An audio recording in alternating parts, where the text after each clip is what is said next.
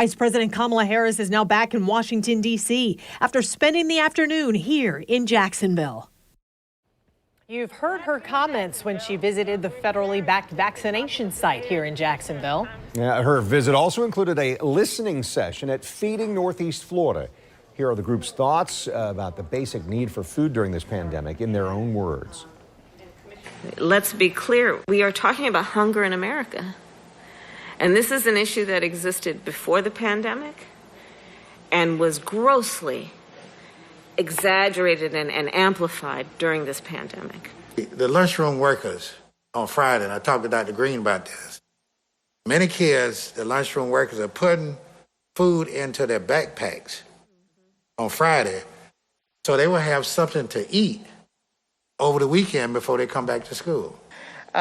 From March 9th until the last day of school, we served over 1.5 million meals to our families. So even though our students are living in food deserts, the school district is a food oasis for them.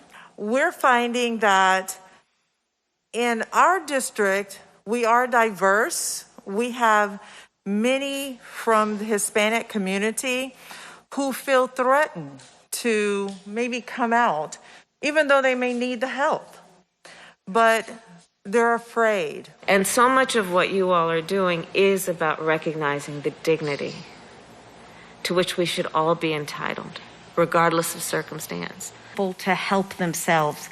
Nobody wants to sit in a food line. No one. And to be able to give them the ability to support their family through this very difficult time, I think is the greatest thing that we can do for those families. With this relief package, not only will it help the citizens here in Jacksonville be able to put additional food on their tables, but not just that, it'll help them put fresh fruits and vegetables, because not only is there a food desert, there's a lot of health issues in those areas. The ARP in total supplies about $1 billion directly targeting the issue of food insecurity.